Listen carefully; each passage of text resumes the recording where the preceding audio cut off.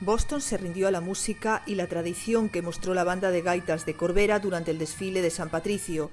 Fue la primera agrupación musical española y la primera europea no irlandesa en participar en el desfile más antiguo de los Estados Unidos, que se celebra desde 1724. Compartieron las calles con más de 200.000 participantes y contó con más de 1 millón de espectadores. Espectacular.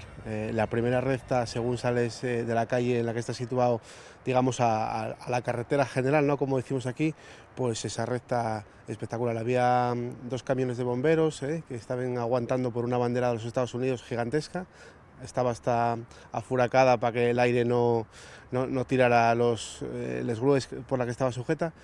Y la verdad que fue impresionante. Previamente participaron en un concierto en Newport, donde interpretaron temas tradicionales asturianos. Además, hicieron un escanciado reivindicativo de sidra, ya que la banda es embajadora de la candidatura a Patrimonio Inmaterial de la Humanidad por parte de la UNESCO de la cultura sidrera asturiana.